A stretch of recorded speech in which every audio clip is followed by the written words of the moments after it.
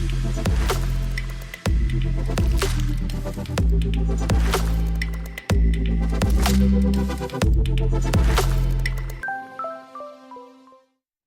to the CyberCube Podcast. You're listening to our Cyber Pulse series, where we help the insurance industry stay on the pulse of cybersecurity trends and the threat landscape. I'm your host, Rihanna Mistry, content specialist at CyberCube, and this episode we're joined by Aviva to discuss CyberCube's new portfolio threat actor intelligence service. William Altman, CyberCube's head of cyber threat intelligence services, will be talking to James Mitchell, Aviva's senior cyber pricing and exposure manager, about this new approach to cyber exposure management. Thanks for joining us today. Let's do introductions before we get into the topic. William? Yeah, my name is William Altman. I'm the head of cyber threat intelligence services here at CyberCube. So my team is the CyberCube concierge team, and we've built a threat intelligence service specifically for brokers, insurers, and reinsurers. We've been doing this for about 5 years now, and today's podcast is going to touch on a really amazing, innovative service that we've come up with as part of that larger threat intelligence program here at CyberCube. So really happy to jump in, really happy to be with you here today, Rihanna, and with James also from Aviva. Thanks, William. I'm really excited to hear more about this service. James, can you tell us more about your role at Aviva? Yeah, well, thank you for having me. I'm James Mitchell. I work in the exposure management team, leading the cyber function. Been at Aviva for a couple of years now, and previous to that, worked at a few different global insurers working in similar exposure management roles. Aviva is proud to be the UK's leading diversified insurer, supporting individuals and businesses across the insurance, wealth, investment, retirement, and health sectors. We have over 300 years of experience in insurance, and we're there to help our customers. It's great to have you here, James. Let's dive right in. William, could you start us off? Yeah, absolutely. So let's start with what it is. It's called Portfolio Threat Actor Intelligence. At the highest level, basically, this is a service that is designed to pinpoint companies in a portfolio that are most likely to be attacked by specific cyber threat actors. That's basically what we're doing here. There's more detail that we'll get into, but that's the essence of why we're talking today. This comes from the idea of cyber threat modeling in cybersecurity and cyber defense. It's a concept that's been around for a long time. It's really essential to modern cyber defense. Threat modeling is what equips defenders to anticipate, visualize, disrupt attack scenarios all before they happen. It's really a cornerstone of secure by design practices, advanced risk management, and strategic incident response. The core approaches here are identifying potential threats and vulnerabilities in a system, understanding how threat actors could compromise those systems and exploit them, and then prioritizing defenses accordingly. This is really important for modern cyber defense, and I thought, well, why couldn't we just apply that to modern portfolio risk management? Identify where those companies are in the portfolio that are most likely to be attacked by specific threat actors, and then start to prioritize that proactive risk mitigation and engagement that I know Aviva is so good at in turn. So that's really where this came from. And it's been around for a little while. CyberCube has had the data and the products to do this. But I really think two things have come along to bring this service into the forefront in a way that's deeply impactful for our clients. One is artificial intelligence and the proliferation of large language models that we can now use as part of this service, making artificial intelligence just a cornerstone of the portfolio threat actor intelligence value. And then the next is James. James came along from Aviva, one of our great threat intel partners, and he shared the vision that I had for this service and how it could be an additional nuanced analysis on top of already existing portfolio management exposure strategies. So with that, we really had a great partner come about in Aviva that was willing to not only work on the service with us one time, but actually implement it on a recurring basis, such that we've done multiple analyses that we continue to update together. So I'd like to just turn it over to James to talk a little bit about why you also shared the vision for this service and what you were hoping to get out of it, what's been your experience with it to date. And then I think we'll jump in a little bit and talk more about, how are we using AI for the service and some of those exciting topics. But would love to hear from James, because James, you're key to making this happen. Thanks, William. Yeah, I think, cyber exposure management, it's been on a bit of a journey. We've got the modeled scenarios. And if you really want to go back to basics, you can just look at pure exposure and split it by different industries or revenue bands, etc. And I think because cyber is such a fast-moving peril, I think we need to think about keeping up to date with the landscape, and the whole process of thinking about exposure management needs to stay relevant. And so to stay relevant, having the threat intelligence tool that William's spoken about really leads us to being able to sort of, instead of being fixed on a point of just the modeled scenarios, we can see like right up to date where the threat is and be able to monitor our portfolio against current threats. And it's a new way of thinking. And I think that's really important, that we look at new ways and we're not just static and thinking about exposure or like aggregated exposure or looking at modeled scenarios. We have new ways of thinking. And this new tool really lets us focus on the threat actor. And I think that's key. There's sometimes thought about the scenario and how it might look, and to the crux of it, it's really useful to see, if we monitor these threat actors, how will our portfolio change over time and how do those threat actors move? So James, it sounds like the solution has really helped your team at Aviva. And as you said, you were able to adopt this new approach to thinking about cyber exposure management. Before we get into those details, William, could you tell us how cyber threat actor intelligence works? So it starts with threat data collection. We aggregate intelligence from digital forensic reports, ransomware data leaks, and other sources on the deep and dark web to then come up with the behavior of known threat actors. We then use a large language model to translate all that raw tactic, technique, and procedure data from the threat actors into common kill chains for those threat actors that we can then map onto a portfolio. We then apply those insights onto, for example, Aviva's insured client base, highlighting which companies resemble known targets in terms of their firmographic traits, their use of specific technologies known to be targeted by those threat actors, as well as their security lapses and vulnerabilities that we know those threat actors like to target.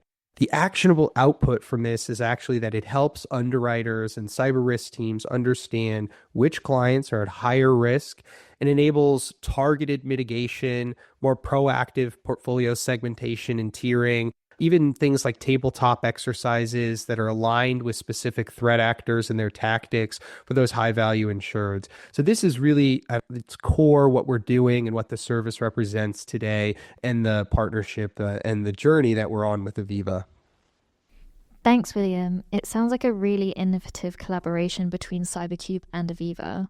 Earlier, James mentioned the fast-moving dynamic threat landscape and this idea of staying relevant. William, your team are constantly in the space, and we've heard all these terms, but what does it really mean? It means that threat actors are changing up their tactics, techniques, and procedures to hit targets with greater efficiency and effectiveness. We can map and model those tactics and techniques and procedures such that we can get a really good understanding or a template of what threat actors do when they break into companies' networks. It was harder to do this when we first started the work together because it was very manual. For example, if we were looking at a major ransomware threat actor, we would go find a couple DFIR, digital forensics incident response reports, and put together a kill chain. Now we can use large language models and we can feed those AI systems tons of information from news articles, past digital forensics reports, data leaks from the threat actors' systems themselves, all sorts of information that's too much for a human analyst to go through. We can put it into an LLM. Today we're using ChatGPT public instance 03 for this. And we can ask it to create a common kill chain for us that is representative of our signal set and the technologies that we track on companies' networks here at CyberCube.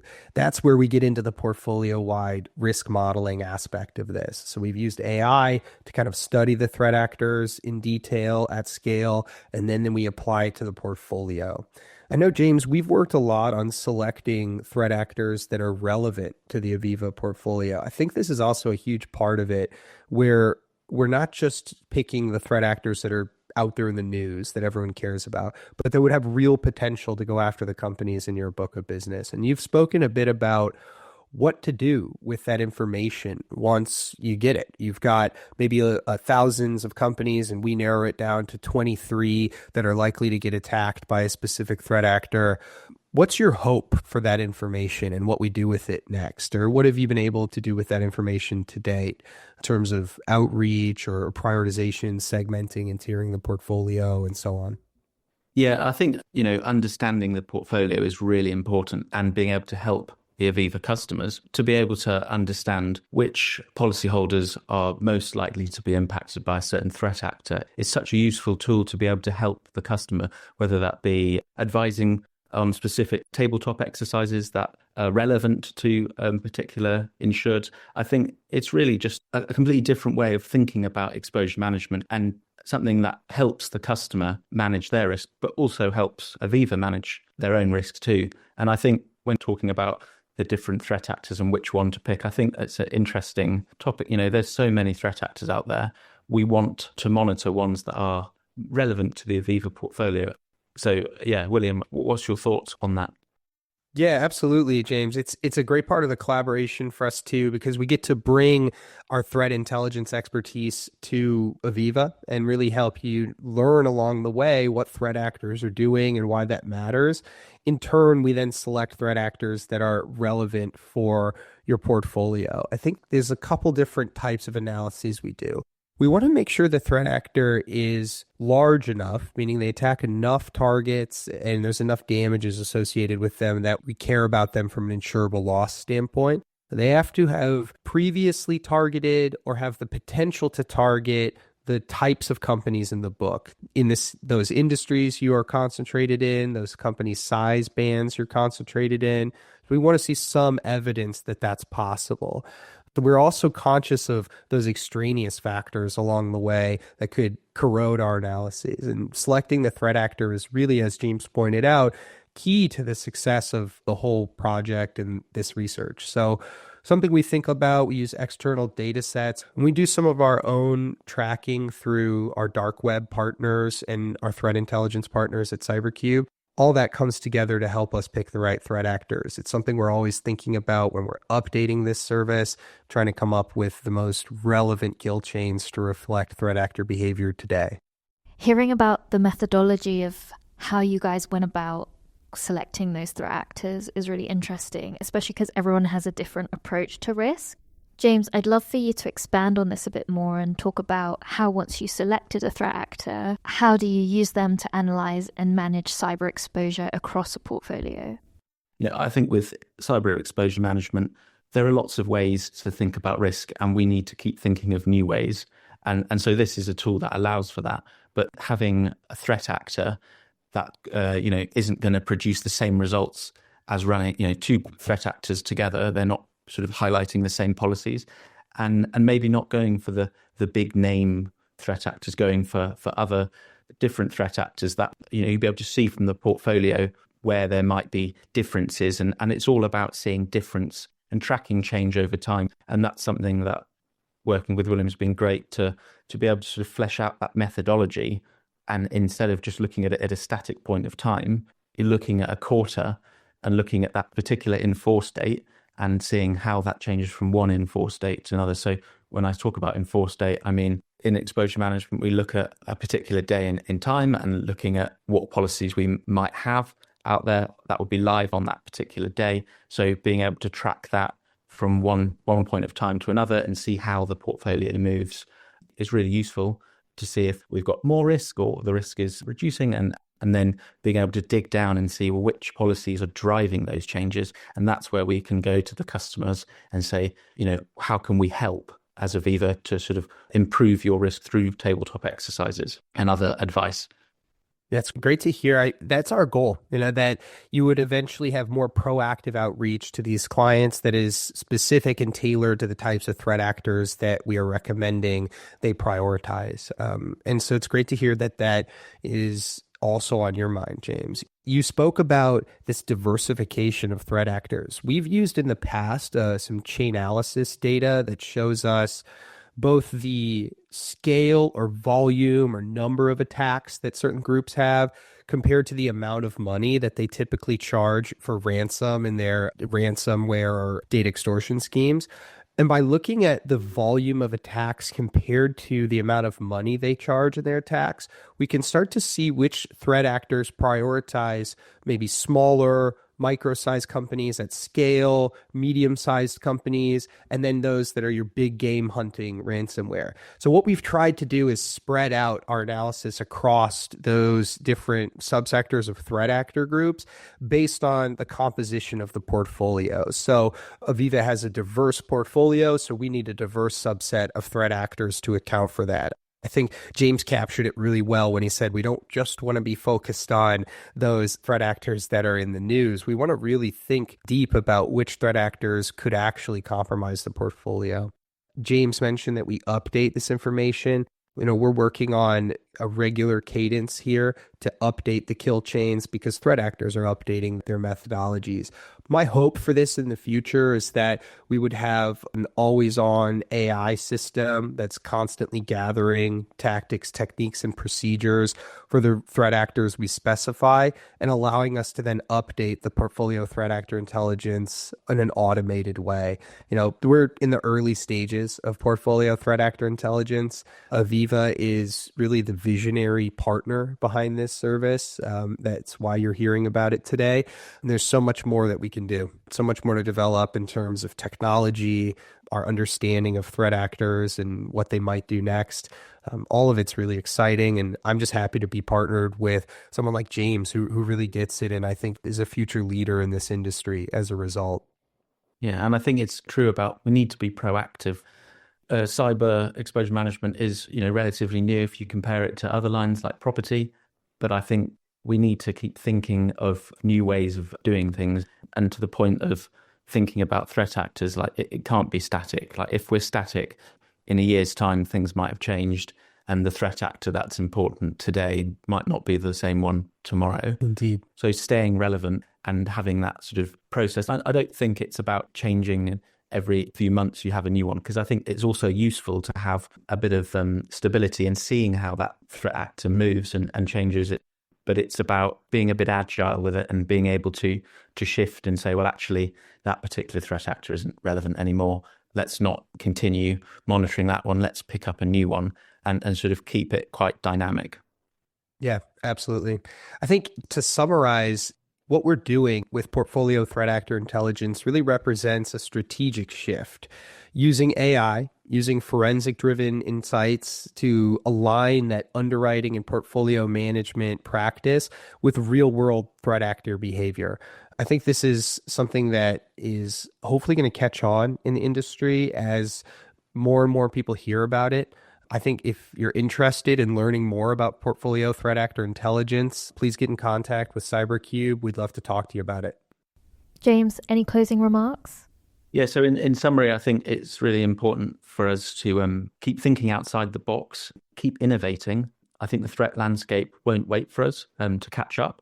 We need to sort of be proactive and keep thinking of new ideas to help both our own risk management, but also our customers. Thank you for listening to the CyberCube Podcast, where we break down cyber risk, insurance, and everything in between. If you enjoyed today's conversation, make sure to subscribe on your preferred listening platform and tune in for the next episode. And don't forget to check out www.cybercube.com or find us on LinkedIn or X for extra content and updates. Until next time, stay informed, stay resilient, and keep shaping the future of cyber insurance.